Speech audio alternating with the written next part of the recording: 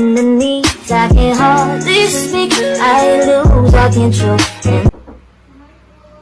Waalaikumsalam. Silakan masuk, Mbak. Terima kasih. Silakan duduk. Senang ketemu sama Mbak. Gimana kabarnya, sehat? Alhamdulillah sehat. Kesininya sendiri aja? Naik apa? Naik kereta. Oh, kalau boleh tahu dengan Mbak siapa? Saya Adel. Oh, dengan Mbak Adel. Kalau boleh tahu kegiatan sehari-harinya apa ya? Saya kuliah semester 4. Kuliahnya di mana? Ini.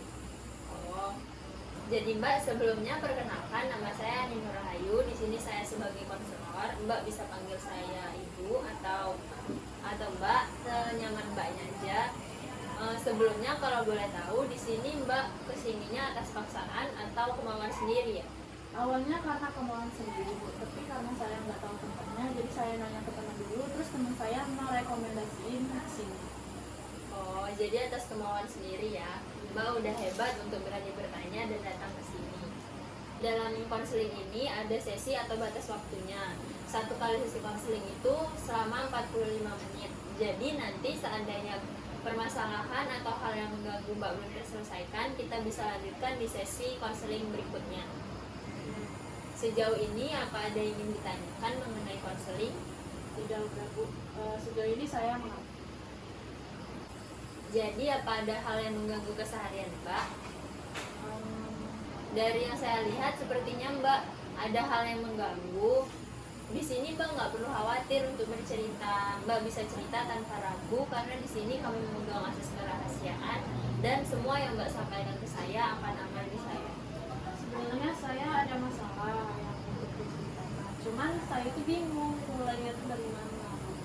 Coba sekarang Mbak ambil posisi duduk senyaman mungkin agar rileks dan tarik nafas supaya lebih tenang. Sebenarnya dari dulu, Bu, saya ini datang ke konselor, tapi saya masih ragu untuk bercerita semuanya ke Ibu.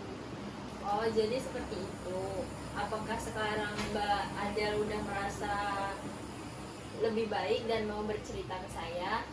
Ya, Bu, sekarang saya sudah merasa lebih baik dan saya ingin bercerita ke Ibu karena masalah saya itu sudah semakin rumit. Sekarang coba Mbak ceritakan ke saya masalah apa yang membuat Mbak datang menemui saya. Sepertinya Mbak terlihat sedih sekali. Mbak bisa ceritain ke saya, nanti kita bisa cari solusinya sama-sama. Saya sudah memasuki semester 4 di perkuliahan, tapi saya masih bingung akan masa depan saya. Saya merasa kalau saya itu belum memiliki gambaran kemana saya kalau sudah lulus nanti, dan saya juga merasa sedih karena saya merasa tertinggal oleh teman-teman orang-orang yang di usia saya. Saya mengerti akan kesedihan yang Mbak alami saat ini. Saya paham akan kekhawatiran yang Mbak alami saat ini. Saya merasa kalau saya itu terlalu banyak membuang waktu, masih bermain-main dan bersantai-santai. Sedangkan orang-orang di usia saya itu sudah bisa mencapai pencapaian yang luar biasa, Bu. Saya ingin melakukan sesuatu, tetapi saya bingung, saya tidak tahu apa yang harus saya lakukan, apa yang harus saya kerjakan, dan saya juga bingung bagaimana memulainya. Jadi Anda merasa bingung akan apa hal yang harus Anda lakukan untuk menunjang kehidupan Anda di masa depan. Coba Mbak beritahu kepada saya hal apa yang membuat Mbak berpikir kalau Mbak tertinggal dengan teman-teman seusia Mbak.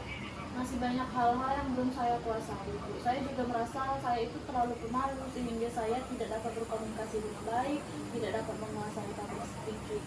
Dan saya juga merasa sedih dan iri dengan orang-orang yang seusia saya yang bisa banyak mengikuti kegiatan, bisa mencoba hal-hal yang baru, yang sudah mendapatkan banyak relasi, dan tidak penakut seperti saya yang takut untuk mencoba hal-hal yang baru. Saya sangat takut, Bu, apakah saya bisa memiliki kehidupan yang baik di masa depan. Saya juga sangat takut mengecewakan orang tua saya yang sudah membesarkan saya dengan baik. Oh, jadi Mbak merasa takut akan mengecewakan kedua orang tua Mbak nanti jika Mbak tidak sukses di masa depan. Sekarang coba Mbak ceritakan ke saya, kenapa Mbak merasa takut akan tidak sukses di masa depan? Saya tidak tahu pekerjaan apa yang akan saya tekuni nantinya. Saya tidak tahu apakah saya bisa memenuhi kebutuhan saya nantinya, dan masih banyak yang saya tidak tahu tentang rencana masa depan. Nah, saya juga masih mempunyai adik kecil yang masih butuh banyak biaya untuk masa depannya juga, masih biaya untuk bersekolah dia. Nah sedangkan orang tua saya itu udah semakin tua, saya tidak mau mereka itu terus menerus bekerja keras untuk membiayai kami, karena mengingat usianya itu udah semakin tua, Bu. Jadi saya berpikir kalau sayalah yang wajib nantinya akan menggantikan mereka. Saya mengerti sekali akan apa yang Mbak khawatirkan dan Mbak takutkan di masa depan. Apakah Mbak sudah merasa berusaha semaksimal yang Mbak bisa untuk masa depan Mbak? Tidak, Bu. Saya benar-benar bingung, Bu. Apakah saya harus mengikuti organisasi-organisasi baru agar saya bisa menambah relasi, teman baru, dan ilmu baru? Ya, itu dia yang bagus. Lalu? Tapi sejujurnya saya kurang nyaman untuk bergabung ke lingkungan baru, Bu, jika tidak ada teman yang menemani saya. Saya juga takut sebenarnya untuk gabung di lingkungan baru. Saya sudah pernah mencobanya di SMA dan waktu saat di semester 1 kemarin, Bu. Tapi saya tidak merasakan manfaatnya. Saya tidak tahu apa yang salah. Apakah salahnya ada di saya atau bagaimana? Saya masih tidak tahu. Saya sering kecewa dengan diri saya sendiri. Saya tidak seperti teman-teman saya yang mempunyai bakat, bisa mengembangkan bakat mereka. Bahkan saya sampai saat ini tidak tahu apa bakat saya. Saya sangat ingin mencoba hal-hal baru, tapi saya tidak mempunyai keberanian untuk melakukan hal itu. Dari yang Mbak ceritakan ke saya, Mbak mengatakan bahwa Mbak tidak tahu minat dan bakat Mbak ini ke arah mana. Mbak juga bingung nanti pekerjaan yang Mbak akan tekuni apakah sesuai dengan diri Mbak atau tidak. Mbak sangat takut mengecewakan kedua orang tua Mbak yang sudah membesarkan Mbak dengan baik. Tetapi bukankah saat ini Mbak sedang berkuliah? Bukankah Mbak sendiri yang memilih jurusan kuliahan itu? Kenapa Mbak tidak mencoba menekuni lebih dalam mengenai jurusan yang sudah Mbak ambil saat ini? Mbak juga mengatakan bahwa Mbak ingin aktif di organisasi, tetapi Mbak tidak nyaman berada di keramaian. Kenapa tidak mencoba hal baru saja? Bukankah setiap orang memiliki kepribadian yang berbeda-beda? Jika Mbak merasa tidak sesuai di keramaian, Mbak bisa mencoba hal lain selain aktif di organisasi. Daripada Mbak membanding-bandingkan diri Mbak dengan orang yang aktif di organisasi, bukankah lebih baik Mbak fokus saja pada diri Mbak dan fokus pada jurusan kuliah yang sudah Mbak ambil?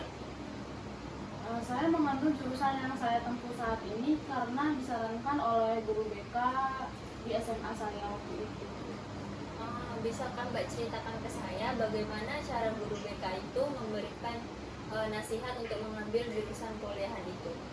Saya datang ke guru BK saat itu karena saya bingung jurusan apa yang harus saya ambil. Nah sebenarnya dari dulu saya sudah merasa bingung dan tidak tahu tentang karir apa yang saya ambil di masa depan. Nah saya memberikan transkrip nilai kepada guru BK dan nilai yang paling menonjol di situ adalah nilai sosial. Jadi saya bertanya kepada guru BK saya, prospek kerja apa saja yang bisa saya ambil kalau saya mengambil jurusan itu, Bu. Nah guru BK saya menjelaskan dan akhirnya saya jadi untuk mengambil jurusan itu. Dari hal yang sudah Mbak ceritakan, yang sudah kita diskusikan, alangkah baiknya kita simpulkan dulu beberapa hal agar arah pembicaraan kita lebih jelas ke depannya.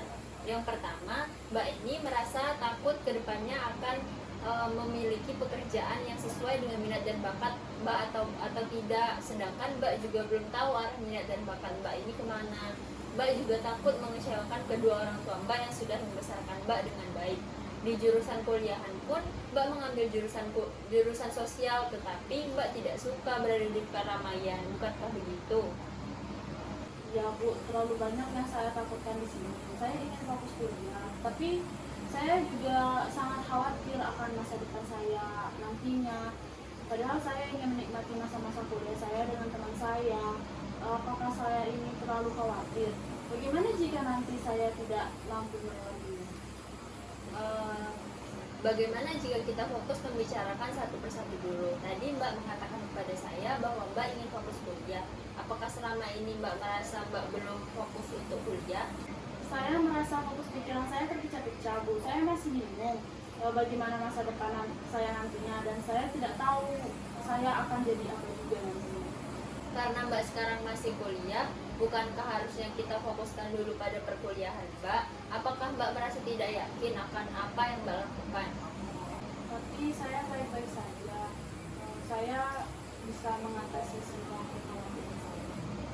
Mbak mengatakan bahwa Mbak baik-baik saja, tapi dari yang saya lihat ada perbedaan antara kenyataan bahwa Mbak ini sebenarnya masih merasa khawatir akan apa yang terjadi di dalam hidup Mbak.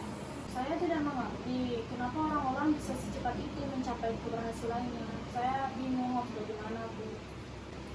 Saya mengerti sekali kekhawatiran yang sedang Mbak rasakan.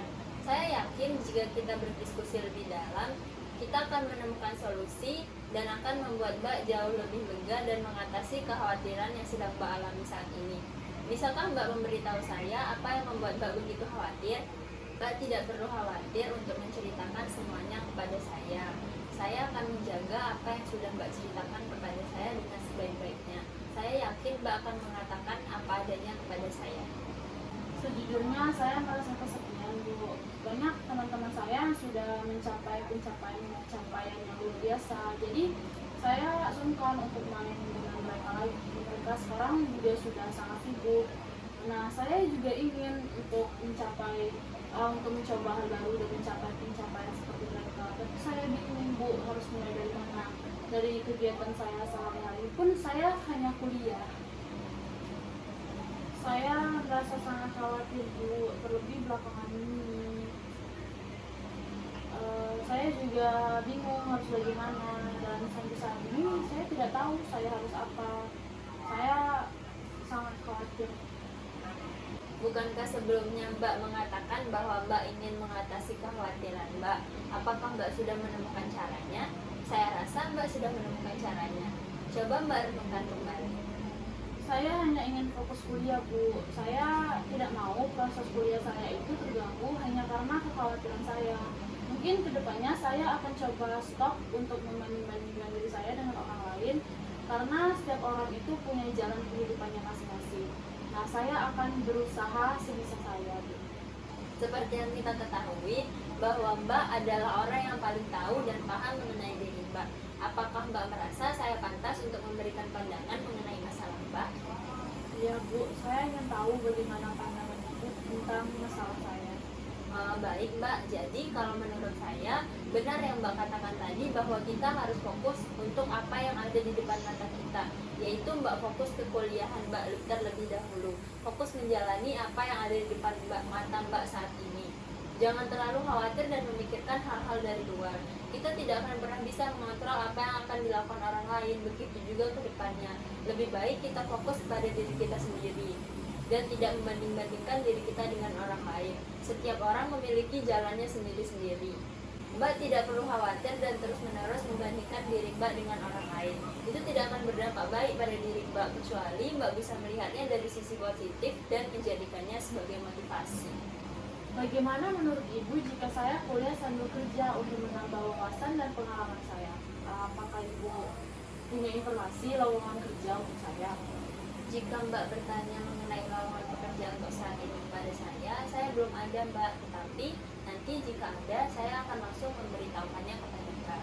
Tapi sebelum Mbak memutuskan untuk masuk ke dunia perkuliahan dan kerja, Mbak harus benar-benar yakin apakah Mbak nantinya bakalan mampu menghadapi semuanya. Mengingat Mbak sebentar lagi akan memasuki semester tua, yaitu semester 5. Apakah Mbak yakin tidak akan keteteran? Nah, akan lebih baik jika Mbak membuat perencanaan atas hasil yang sudah kita diskusikan tadi, agar kita tahu sejauh mana progres konseling kita ini tadi. Kedepannya saya akan hanya fokus pada kuliah saya, Bu. Saya rasa kalau saya kuliah sambil kerja itu saya belum mampu, mengingat saya juga akan memasuki semester tua. Lagi pula orang tua saya juga hanya menuntut saya untuk segera tamat, segera lulus. Saya tidak ingin membebani orang tua saya lagi, dan saya akan stop membanding-bandingkan diri saya dengan orang lain, karena saya percaya kalau rezeki itu sudah diatur dengan Tuhan. Saya hanya akan berusaha semaksimal mungkin sebisa saya, Bu. Saya merasakan kekhawatiran Mbak sudah mulai berkurang, pikiran Mbak juga sudah mulai terbuka, dan Mbak juga sudah terlihat lebih tenang. Mbak sudah mulai yakin Mbak akan berusaha sebisa mungkin dan fokus pada apa yang ada di depan Mbak saja.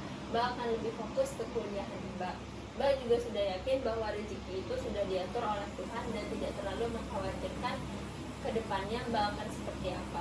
Selagi Mbak tidak melakukan hal yang akan merugikan diri Mbak dan orang tua Mbak, saya yakin kedua orang tua Mbak sudah cukup bahagia untuk itu. Mbak hanya perlu mengupayakan apa yang Mbak bisa.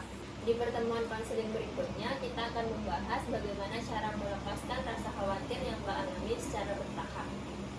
Ya Bu, terima kasih banyak. Sekarang saya sudah mulai merasa tenang. Saya pamit pulang dulu Bu. Kalau nanti misalkan ada hal yang mengganggu saya akan hubungi Bu kembali. Ya, sampai bertemu di sesi konseling berikutnya. Assalamualaikum. Waalaikumsalam. Hati-hati di jalan. I can't show, and something takes hold of me in the day.